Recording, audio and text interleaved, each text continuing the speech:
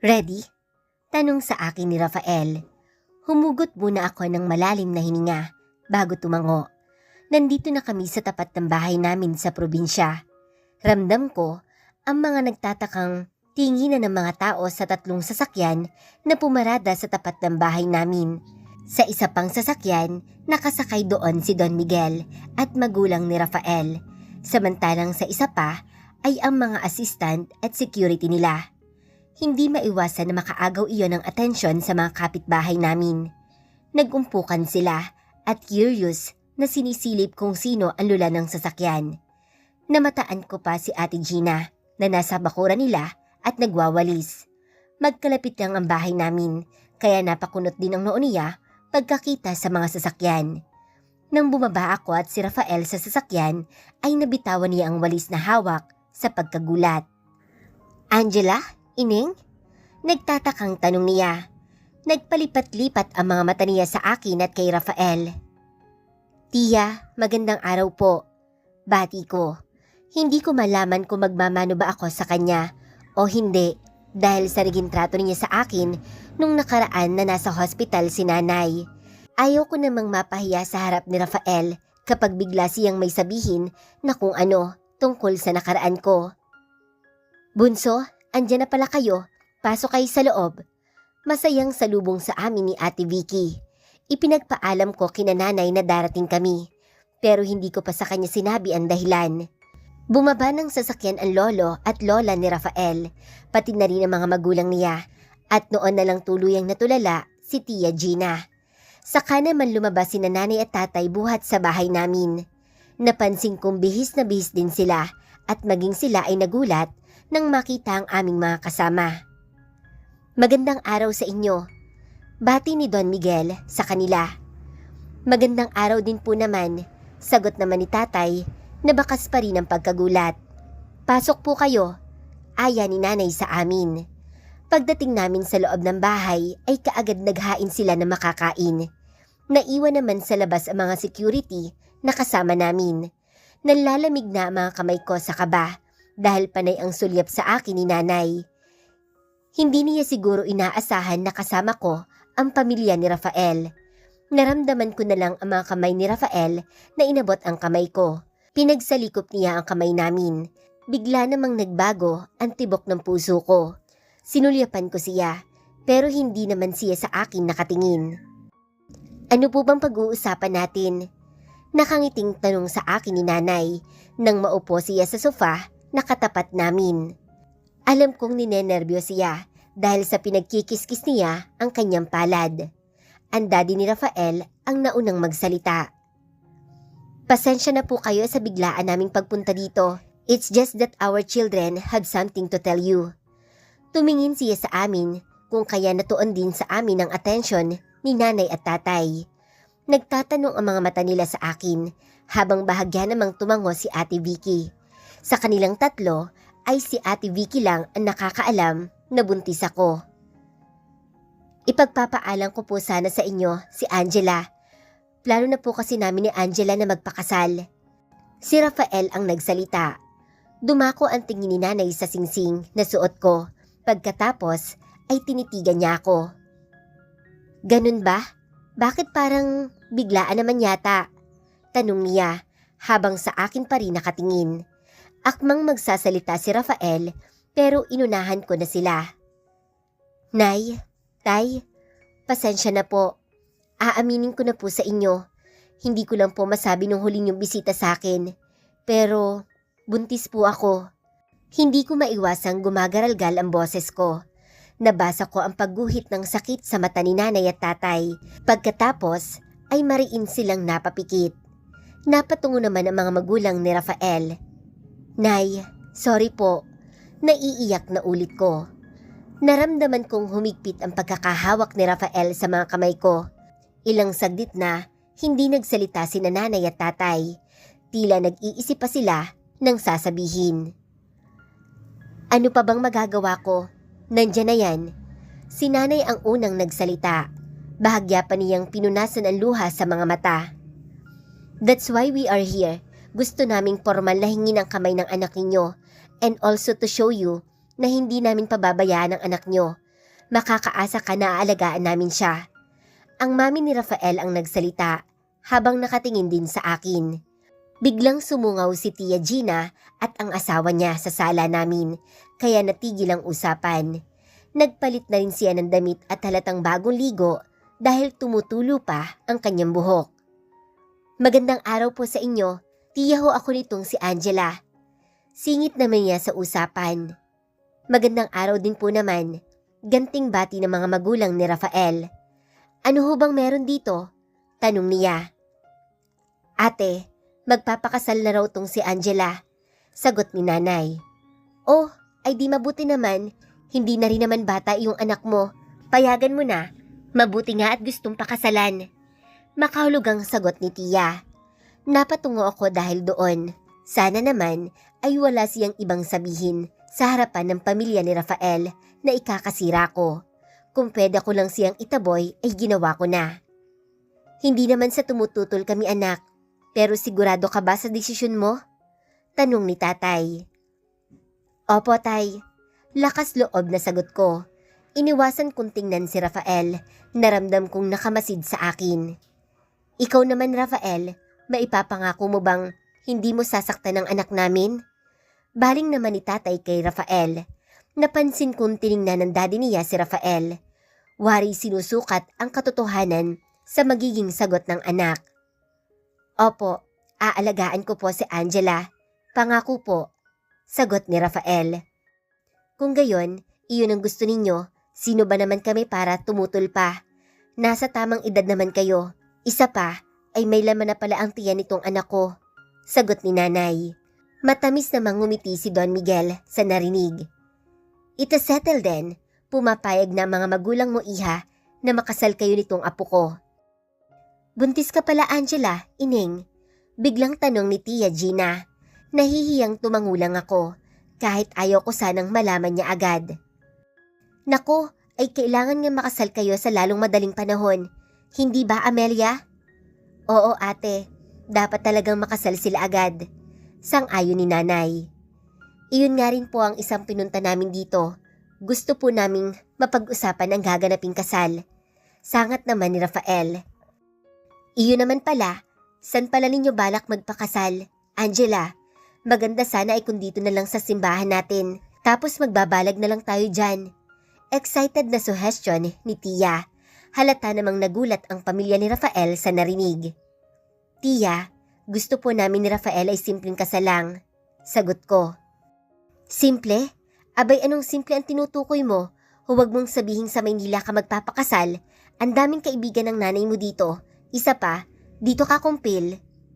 Oo nga naman ining, nandito ang mga kaibigan namin. Segunda pa ng asawa niya. Nakakapiko na mag-asawang ito. Palagi na lang silang nakikialam sa amin. It's okay Angela, kung saan mo gustong ikasal. Baling sa akin ni Rafael. Okay lang na dito tayo magpakasal? Tanong ko at nilingon ko din ang pamilya niya. No problem iha, ikaw at ang mga magulang mo ang masusunod. Mabilis sa sagot ni Don Miguel. Tulad ng gusto ni nanay, dito na lang. Pero gusto ko po sana isa reception hall na lang. Ayaw mo dito sa bahay? Madami namang tumutulong dyan para magluto. Ayaw ko po tiya. Mabilis sa sagot ko. Alam kong hindi sanay si Rafael sa ganong klase ng kasalan. Isa pa, ay ayaw ko nang mang-abala pa sa kanila. Kaya hanggat maaari ay simple na lang sana ang selebrasyon. Hindi nakatakas sa mga mata ko ang bahagyang pag-irap sa akin ni Tia. Kaya nagsalita na si nanay. Ate Gina, hayaan na natin silang magdesisyon dahil sila naman ang kakasalin. Kung ano ang gusto nilang dalawa, yun ang susundin natin. Isa pa, ay mapapagod lang tayo pare-pareho sa gusto mo. Iyon kasi ang ating nakasanayan. Sigurado ako na hindi pupunta ang mga kamag-anak natin kung mukhang pangmayaman ang kasalan. Alam mo namang simpleng pamilya lang tayo. Nakairap na paliwanag ni Tia Gina. We can arrange another celebration here if you want. Suggestion ni Rafael. Nanlaki ang mga mata ko sa sinabi niya, pero bahagya lang siyang ngumiti sa akin. Mabuti pa nga, maigi pa itong mapapangasawa mo Angela at naiintindihan ako. Nabuhayang sagot ni Ate Gina. Napipiko na ako, pero hindi na lang ako nagpahalata. May mga inihandang pagkain sina nanay at masaya namin iyong pinagsaluhan. Pinag-usapan na rin ang magiging kasal namin. Kahit papaano ay nawala na ang tensyon kanina. Naabutan ko si nanay sa kusina na busy sa pag-aayos sa mga pagkain kaya sinamantala ko iyon. Nay, nilingon niya ako at tipid siyang ngumiti. Nay, hindi ka ba galit? Dumako ang tingin niya sa aking tiyan. Gustuhin ko mang magalit hindi ko na magawa. Lalo pa at handa naman si Rafael na panindigan ka. Mas lalo naman ikaw, mapapasama kung hindi kayo magpapakasal. Nay, sorry po kung palagi ko kayong nadidisappoint. Tinitigan muna niya ako saka nagsalita. Bakit may pakiramdam ako anak na masyado mong minamadali ang lahat? Hindi ko magawang sagutin ang tanong niya. Pero kung sa tingin mo ay ito ang makakabuti at magpapasaya sa'yo, ay hahayaan kita. Sana lang anak ay alam mo ang pinapasok mo. Ayaw kong masaktan ka sa huli, lalo na at hindi natin si Rafael kauri. Mayaman sila at mahirap lang tayo. Dahil wala akong maisagot kay nanay, kaya niyakap ko na lang siya. Gumanti siya ng yakap at banayad din niyang hinaplos ang likod ko. Umagos ang luha ko, hindi dahil sa saya, kundi dahil nasasaktan ako para sa kanila. Balang araw ay maghihiwalay kami ni Rafael. Alam kong lubos din silang masasaktan para sa akin kapag dumating ang araw na iyon.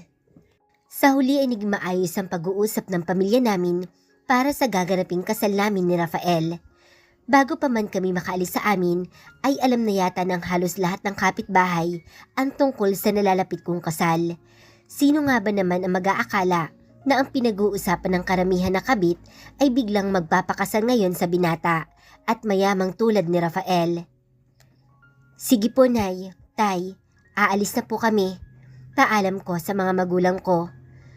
Mag-iingat ka palagi anak, lalo na at buntis ka pala.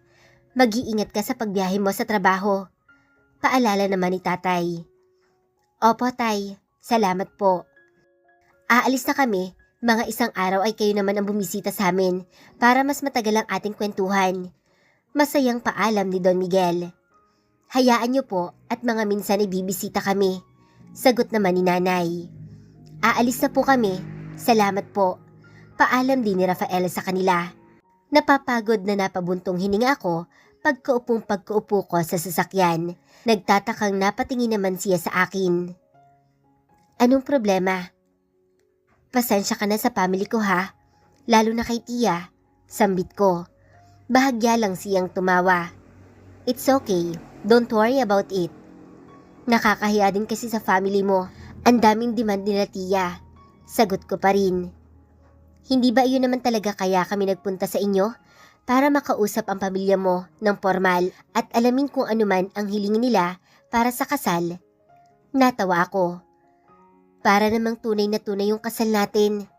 Napansin kong bigla siyang natahimik. I'm sorry, guilty lang kasi ako. Niloloko natin ang pamilya natin. Kung naiba lang siguro ang sitwasyon natin. Mahinang mahina ang pagkakasambit niya noon.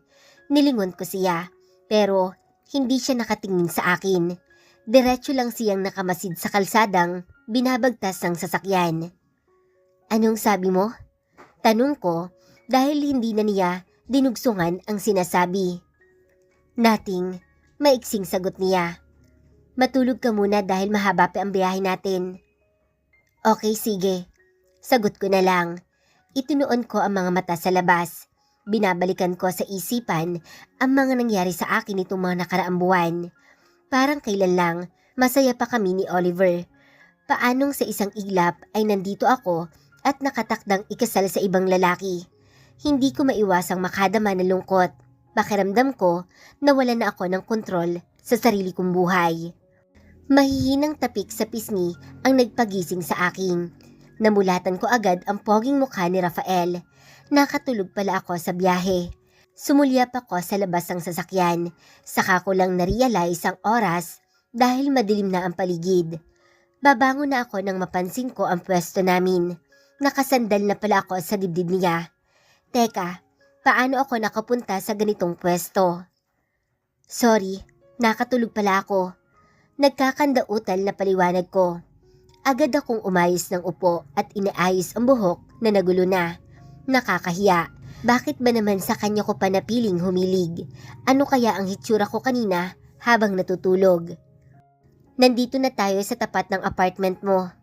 Baliwala namang sagot niya. Anong oras na ba? Kuwan ay tanong ko. Ang totoo ay naiilang ako sa kanya dahil baka mukha na akong bruha sa gulo ng buhok ko. It's past 8 in the evening already. Gusto mo ba munang kumain? Pagkadinig ko ng salitang pagkain ay para namang biglang kumulo ang tiyan ko. Napapansin ko nitong manakarang araw ay nawawala na ang madalas kong pagsusuka at pagkahilo. Unti-unti ay bumabalik na ang gana ko sa pagkain. Gusto mo ngang kumain? Tumatawang sambit niya pagkakita sa reaksyon ko. Sa nagugutom ako sagot ko. Wala bang malapit na kainan dito? Meron, magpark na lang muna kayo dyan at lakarin na lang natin. Agad naman sila ring tumalima at nagpark sa isang tabi. Sigurado ka, maglalakad lang tayo? Tanong niya at nagpalingalinga sa paligid. Oo, bakit? Gusto mo bang gapangin natin? Nakangising sagot ko. Not funny, Angela. Seryosong sagot niya. Tumawa lang ako at nauna nang bumaba ng sasakyan at naglakad habang nakasunod lang siya sa akin. Mag-isa ka lang naglalakad dito sa gabi? Oo naman, safe naman dito, sagot ko. Madami na kami noong nakakasabay na mga galing siguro sa trabaho at pauwi sa bahay. Ang ilan ay may bitbit pang mga grocery. Lahat ay busy at ni isa man ay walang nakakakilala kay Rafael. Ilang kanto pa at narating na namin ang cafe kung saan ako madalas mag-take out ng pagkain kapag tinatamad ako magluto. Maliit lang iyon pero maganda at komportable sa loob. Kadalasan ay nagte-take out ako pero dahil kasama ko si Rafael kaya dito na lang kami kakain. Anong gusto mong kainin? Nagkibit balikat siya. Anong recommended mo? Buffalo wings ang masarap dito. May waffles din, pasta, pizza, at saka coffee. Kaso, bawal daw sabi ni Doxy. Nagtaas siya ng kilay. Kaya mong ubusin lahat yon? Bakit? Dalawa naman kaming kakain Katwiran ko. Napaawang ang bibig niya, pero mabilis ding itinikom iyon. Tulad ng mga nakaraan, ay hindi na siya nagkomento. Iniisip ko kung naniniwala na ba siyang kanya ang dinadala ko. Pero kahit ano paman ang paniwala niya, ay kailangan niya itong tanggapin. Kasalanan mo. Mahinang bulong ko bago lumapit sa coffee bar. Tumawa lang siya, saka naupo sa bakanteng mesa. Matapos ko mag-order, ay naupo na ako sa katapat niya. Tomorrow, I'll ask Rose to contact a wedding coordinator. Sabihin mo na lang sa kanila lahat ng gusto mo regarding our wedding. Mula sa invitation design, your gown, church setup, and everything. Heto na naman siya at back to business. Pasimple ko siyang pinagmasdan.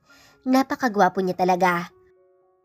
Okay, pwede bang simpleng wedding na lang? Huwag ka na mag-invite ng marami. Hindi kasi ako sanay sa mga kaibigan mo, pati na rin ang family ko. Inilapag ng isang babae ang buffalo wings na inorder namin sa tapat ko at hindi ko napigilan ang sarili ko. Nilantakan ko na agad iyon.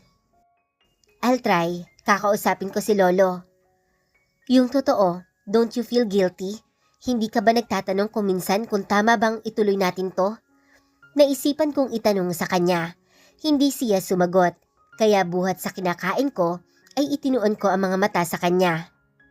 I do, but we are just doing what we think is best for us. Gusto ko lang malaman mo na alam kong hindi ka naniniwala na sa'yo ang baby na dinadala ko. Pero wala na akong pakialam doon. Paninindigan ko na ito para sa akin at sa baby. Bahala ka na kung anong isipin mo. Gusto mo pa rin bang ituloy? Hindi ko alam kung saan ako kumuha ng lakas ng loob para sabihin iyon. I need a wife, Angela. You know that. Hindi direkta, pero seryoso niyang sagot. Gayunpaman ay alam ko na ang ibig niyang sabihin. Okay, siguraduhin mo lang nasisipot ka sa kasal natin. I am serious. Banta ko. Sa ilang sandali ay tila nagkaroon ng ulap ang kanyang mga mata. Naging napakalungkot niyong tingnan dahil doon. He seemed lost in his thought at bago pa man ako makapagsalita ay muli nang natuon sa akin ang kanyang mga mata. Gusto ko siyang tanungin pero alam kong wala ako sa lugar at wala din akong lakas ng loob. Don't worry, I'll make sure that we will get married. Bahagyang nakangiti niyang sagot. Dahil sa ngiti niya ay ako naman ang napatanga sa harapan niya. Bakit ba hindi pa ako masanay sa kagupuhan niya?